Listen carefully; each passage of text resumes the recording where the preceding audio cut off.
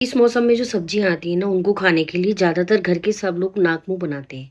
लेकिन अगर आप उनको थोड़े से डिफरेंट तरीके से बनाएँ ना, तो वो इतनी स्वाद बनेंगी कि जो ये सब्जियाँ नहीं खाते ना, वो भी खा लेंगे। आज हम बनाएँगे शादियों वाली तवा फ्राई सब्ज़ी और इसके लिए मैंने बिल्कुल डिफरेंट स्टाइल से आपके सामने सारी सब्जियाँ बनाई और बहुत सारी बना ली। सबसे ख़ास बात इन सब्जियों की क्या है कि आप इन सब्जियों को आराम से 3 से 4 दिन तक भी मेरे तरीके से स्टोर करके रख सकते हैं। और जब जिसको खाना खाना हो ना, फटाफट से उसकी मनपसंद सब्जी को बस भून के दे दीजिए। आपका दिल भी खुश और खाने वाले का दिल भी खुश हो जाएगा। सारी सब्जियां मैंने 250 ग्राम ली है। 250 ग्राम प्याज लिए, 250 ग्राम छोटे वाले आलू लिए, 200 ग्राम भिंडी ली है, 200 ग्राम ही मैंने लंबी वाली मोटी मिर्चें ली हैं और इसके अलावा एक छोटा गोभी का फूल लिया है, छोटा सा 150 ग्राम का था। 250 ग्राम बैंगन लिए हैं, 250 ग्राम टिंडे लिए हैं, 250 ग्राम परवल लिए हैं, 250 ग्राम ही टमाटर लिए हैं। अब आप ही सोचिए, ये कम से कम 1.5 किलो सब्जी हो गई है। इसके हिसाब से परफेक्ट मसाला कैसे बनता है? अगर आपके घर ज़्यादा मेहमान आ जाएँ, तो आप तवा फ्राई सब्जी उनको कैसे खिलाएँ? ये सारे टिप्स आपके साथ शेयर करूँगी, आपको बहुत पसंद आएँगे। ये देखिए, सारी सब्जियों को धोकर पोंछ लिया, उसके बाद इस तरह से आलू और प्याज में बीच में से क्रॉस बना दिया, भिंडी को इस तरह लंबा चीरा लगा दिया और गोभी का फूल चेक कर लिया, बीच में से कोई कीड़ा ना हो। चाहे तो 10 मिनट का इसको नमक वाले पानी में भी भिगो सकते हैं। बस इस तरह से सारी भिंडी चेक भी हो जाएगी और लंबा-लंबा चीरा भी लगा देंगे। इसके अलावा जो लंबी वाली मिर्चें होती है ना, उनमें भी मैंने इस तरह साफ करके डंडी हटा दी और बीच में से चीरा लगा के तैयार कर लिया है। धीरे-धीरे करके बस सारी सब्जियाँ याद है 5-6 मिनट के अंदर हम तैयार कर लेंगे। टमाटर के अंदर भी इस तरह से बीच में से क्रॉस लगा कर रख दिया है। टमाटर थोड़े छोटे साइज़ के लीजिएगा और प्याज़ भी। आज मेरे पास प्याज़ थोड़े ज़्यादा छोटे नहीं थे, तो जो थे मैंने उन्हीं का इस्तेमाल कर लिया। इसी तरह टिंडे जो है ना, उनको भी हम इसमें बीच में से इस तरह क्रॉस लगा देंगे। परवल को भी मैंने हल्का-हल्का छील लूँगी और मैं ये जो करेला है, इसको भी बिल्कुल हल्का-हल्का सा छील लेंगे और इसमें से इस तरह से क्रॉस लगा देंगे, इस तरह। एक चीरा लगा के चेक कर लेंगे कि बीज पके हुए हों तो निकाल दीजिए, वरना इन बीजों को एज़ इट इज़ इस्तेमाल कर लीजिए। ये देखिए, बहुत ही बढ़िया आपकी जो है सारी सब्ज़ी जो है हम चीरा लगा के तैयार कर लेंगे।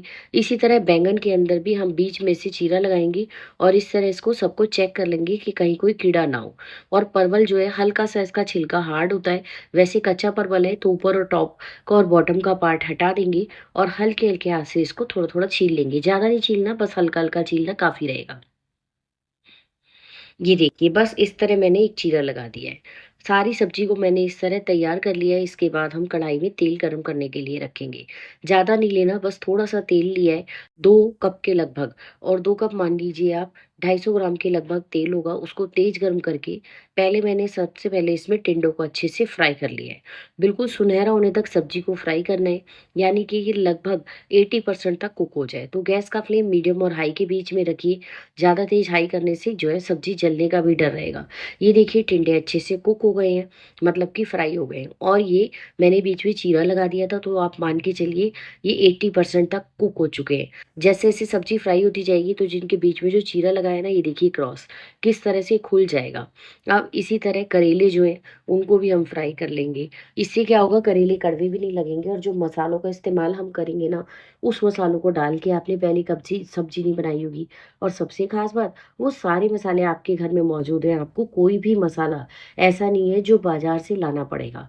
ये देखिए, करेले जो हैं वो फ्राई होने लगे हैं, साथ में मैंने परवल डाल दिए हैं क्योंकि काफ़ी तेल था इसमें और जगह भी थी। तो बस करेले फ्राई होते-होते हमारे परवल भी अच्छे से फ्राई हो जाएँगे। करेले फ्राई करके मैंने एक प्लेट में, मैं सारी सब्जियाँ बड़ी प्लेट के अंदर साइड-साइड करके रखती जा रही हूँ। अब करेले इतनी देर फ्राई होंगे, अभी इसमें कढ़ाई में स्पेस है, तो मैं करेले के साथ-साथ जो है भिंडी भी डाल रही हूँ। भिंडी को भी हम अच्छे से फ्राई कर लेंगे। बहुत ज़्यादा फ्राई नहीं करना भिंडी को, हाई फ्लेम कर दीजिए और सिर्फ़ 2 से 3 मिनट तक, क्योंकि जैसे-जैसे तेज़ फ्राई करेंगे ना आप, तो भिंडी के बीज बाहर निकलने शुरू हो जाएँगे, तो बहुत ज़्यादा भिंडी को फ्राई नहीं करना है। इतनी देर परवल अच्छे से फ्राई हो गया है। और फ्राई होने की सबसे ख़ास बात क्या होती है कि इनके बीच में जो हमने जीरा लगाया ना, वो स्पेस थोड़ा-सा ज़्यादा बड़ा हो जाएगा। यानी अंदर तक ये सिक गए हैं। ये देखिए, आपको देखने से पता ही चल रहा होगा। बस 1 से डेढ़ मिनट में भिंडी भी अच्छे से फ्राई हो गई है। ना तो हमें इन्हें सिकुड़ना देना है, ना ही करारा करना है। अब मैंने इसी तरह से आलू को भी, आलू के लिए फ्लेम थोड़ा-सा मीडियम कर दीजिए क्योंकि आलू कच्चे हैं और इनको फ्राई होने में थोड़ा-सा टाइम जाएगा। बस आलू भी हमारे अच्छे से कुक हो गए हैं सुनहरे। सारी सब्जियाँ बस इसी तरह फ्राई करनी है। अब आएगी गोभी की बारी। आप सबको भी अगर वीडियो अब तक पसंद आ गई हो तो चैनल को लाइक, शेयर और सब्सक्राइब कर दीजिए और बेल आइकन ज़रूर प्रेस कीजिएगा, ताकि जितनी भी मैं रेसिपीज़ अपलोड करूँ उन सबका नोटिफ़िकेशन आपको सबसे पहले मिल जाए। भिंडी के साथ ही मैंने गोभी के साथ ही मैंने बैंगन भी डाल दिए। बैंगन को भी हमें बहुत ज़्यादा देर फ्राई नहीं करना, इतनी देर गोभी फ्राई होगी ना उससे पहले हमारे बैंगन अच्छे से फ्राई हो जाएँगे। ये देखिए बैंगन फ्राई होते ही बीच में से इस तरह चीरा जो है इसका खुल जाता है। इसका मतलब अंदर तक ये अच्छे से सिक गए हैं। इस बात का ध्यान रखिए कि सारी सब्जियाँ 70 टू 80% कुक हो जानी चाहिए, क्योंकि हमें इन सब्जियों को स्टोर भी करना है। बस ये देखिए बैंगन अच्छे से सुनहरा होने लगा है अंदर से, तो इसको भी मैं निकाल-निकाल के रखती चली जाऊँगी। अब सारी सब्जियाँ जो है मैं फ्राई कर चुकी हूँ। टमाटर और जो हमें हरी मिर्च है उसको फ्राई नहीं करना है, क्योंकि वो बहुत जल्दी पक जाते हैं। अब इसके लिए एक मसाला बनाएँगे। 1 कटोरी नमकीन ले लीजिए जो आपके घर में हो। अगर कोई नमकीन सील रही हो ना या आपको लगे कि इसका टेस्ट चेंज हो रहा है, वो भी आप ले सकते हैं। 3-4 सूखी लाल मिर्चें, 1 छोटा चम्मच हल्दी, 1 छोटा चम्मच काला नमक, 1 बड़ा चम्मच भर के मैंने सौंफ डाल दी है, 2 चम्मच के लगभग कश्मीरी लाल मिर्च डाल देंगे। सब्जियों का कलर बहुत बढ़िया रहेगा। क्योंकि सब्जियाँ 1.5 किलो है, तो मसाला भी बहुत ज़्यादा ही बनेगा। 1 चम्मच के लगभग मैंने चाट मसाला डाला है, 1 छोटा चम्मच जीरा डाल दी है, 1 चम्मच के लगभग ही मैंने 1 छोटा चम्मच इसमें अजवाइन डाल दी है। साथ में हम इसमें अभी नमक डालेंगे, लेकिन उससे पहले 2 चम्मच के लगभग इसमें साबुत धनिया डाल देंगे। साबुत धनिया ना हो तो धनिया पाउडर डाल दीजिए, धनिया थोड़ा-सा ज़्यादा जाता है। आधा चम्मच के लगभग मैंने इसमें गरम मसाला डाल दिया है। इसकी जगह आप पाव भाजी मसाला डाल सकते हैं। 1 चम्मच अमचूर पाउडर डाल दिया है, 2 चम्मच भुनी हुई मूँगफली, मेरे पास दरदरी पिसी हुई पड़ी थी तो मैंने उसी मूँगफली का इस्तेमाल किया है। अब 2 चम्मच इसमें नारियल पाउडर डाल देंगे। ये सारे मसाले आपके घर में होते हैं। अगर नमकीन कोई ना हो ना तो आप उसकी जगह बेसन या भुना चना ले सकते हैं। अब आधा चम्मच मैंने इसके अंदर हींग डाल दी है। इसके अंदर अब हमें डालना है क्या? 1 चम्मच नमक, क्योंकि अभी हमने नमक काला नमक ही डाला था। ये सारा मसाला कितने अच्छे से ये देखिए, अब इसको मिक्सी में अच्छे से पीस लेंगे। बढ़िया-सा मसाला तैयार है। इस मसाले को भर के अगर आप सब्ज़ी बनाएँगे ना, तो आप जो भी सब्ज़ी बनाएँगे ऑब्वियस है वो टेस्टी बनेगी, और नमक बिल्कुल परफ़ेक्ट था। तो आप ये जो है बेफ़िक्र होके नमक का इस्तेमाल कर सकते हैं। अभी थोड़ा नमक और जाएगा, लेकिन रेसिपी को पूरा ध्यान से देखिएगा, तभी देखने में भी मज़ा आएगा, बनाने में भी मज़ा आएगा। ये देखिए सारी सब्ज़ियाँ एक प्लेट में रख ली हैं और टमाटर और हरी मिर्च अलग, क्योंकि उन्हें मैंने फ्राई नहीं किया है। अब धीरे-धीरे करके सारी सब्जियों में ये मसाला धो धीरे-धीरे हम उनका बीच का चीरा खोलते जाएँगे और अच्छे से मसाला भरते जाएँगे। ये देखिए ये टिंडे में, परवल में इस तरह से मसाला भरना है। इसी तरह भिंडी में और गोभी का जो फूल है वो साबुत है ना, उसके अंदर हम बीच-बीच में से मसाला जो है वो कोट कर देंगे। अभी मैं आपको दिखाऊँगी। ये देखिए भिंडी आराम से कुक हो गई है और ये अब हमें सब्ज़ी बनाने में ज़्यादा टाइम नहीं लगेगी। सारी सब्जियाँ ये देखिए मैंने मसाला भर के तैयार कर ली। अब अगर आपको इनको स्टोर करना है ना, तो आप इसी तरह इनको किसी भी एयरटाइट कंटेनर में स्टोर कर दीजिए। बस इस बात का ध्यान रखिए हरी मिर्च और टमाटर को फ्राई नहीं करना है। अब जो बचा हुआ मसाला था इसके लिए मैंने 200 ग्राम के लगभग दही लिया है, क्योंकि आज जो हम ग्रेवी बनाने वाले हैं उसमें ना हमें प्याज का इस्तेमाल करना है और ना ही टमाटर का। ग्रेवी कुछ अलग तरह से बनेगी तो ध्यान से देखिएगा। 1 छोटा चम्मच कश्मीरी लाल मिर्च और आधा चम्मच नमक डाल लिया है। 1 चम्मच धनिया पाउडर, क्योंकि इस मसाले के अंदर बेसन, मूँगफली का पाउडर सब है, तो अब इससे क्या होगा ये मसाला हमारा दही का फटेगा नहीं। अब 1 छोटा चम्मच कसूरी मेथी, सारे मसाले को बिल्कुल अच्छे से मिक्स कर लेंगे। भरवा सब्जी बनाने का आपने ये स्टाइल कभी नहीं देखा होगा। राजस्थान स्टाइल साइड आप जाएँगे ना, तो इस तरह की सब्जी आपको खाने को मिलेगी। बेहद स्वाद बनी थी। मतलब इतनी स्वाद कि आप उसको बार-बार खाना चाहेंगे, और बनाई ज चाहे अगर आपने 3-4 दिन के लिए हो, 2 दिन से पहले ही खत्म हो जाएगी। अब बचा हुआ तेल मैंने निकाल दिया, कढ़ाई साफ़ की, 2 चम्मच तेल रहने दिया, उसमें आधा चम्मच जीरा और हींग चिटकाया, और उसके बाद ये मसाला डाल देंगे दही वाला। दही का मसाला डालने के बाद गैस का फ्लेम लो कर दीजिए और लगातार 1 मिनट तक चलाइए। उससे क्या होगा दही फटने का चांस बिल्कुल खत्म।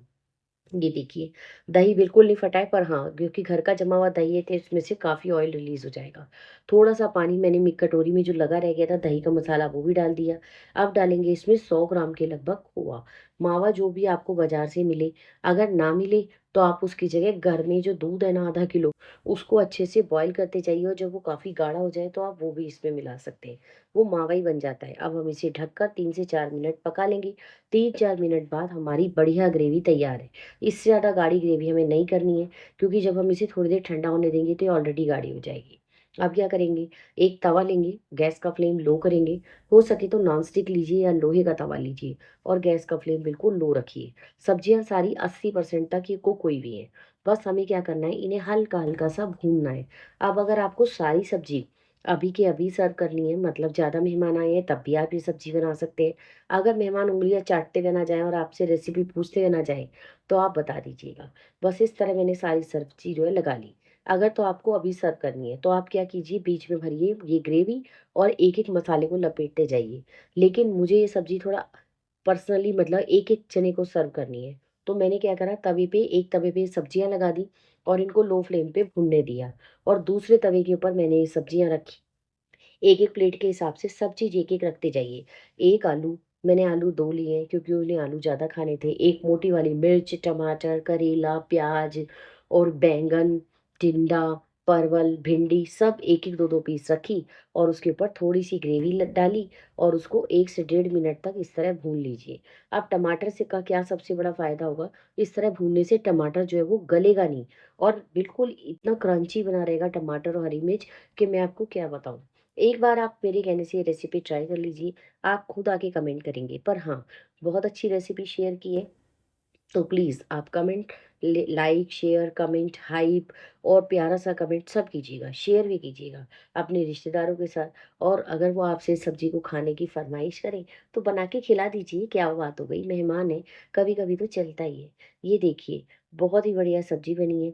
मुझे आप सबके साथ बहुत सारी बातें भी शेयर करनी है, जो मैं आने वाले टाइम में करूँगी।